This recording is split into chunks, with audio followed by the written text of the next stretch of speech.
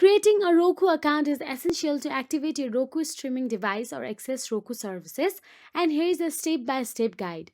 So, all you have to do is firstly open any web browser on your desktop, then simply type down Roku, and then you will get to see Roku's official website option available.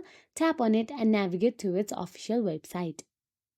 Now, there you can see sign in option available in the top right corner of your screen right next to the card.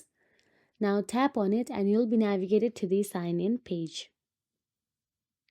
Now, once inside the sign in page, you can see sign into your Roku account or simply create a free Roku account option available there.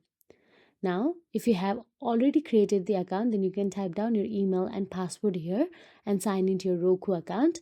Or if you have not, then you can simply tap on create a free Roku account and enter the personal information like fill out the registration form with first and last name, email address, password, and check the box to agree to Roku's terms and services, and simply set a payment method and confirm your account and activate your Roku account on your device.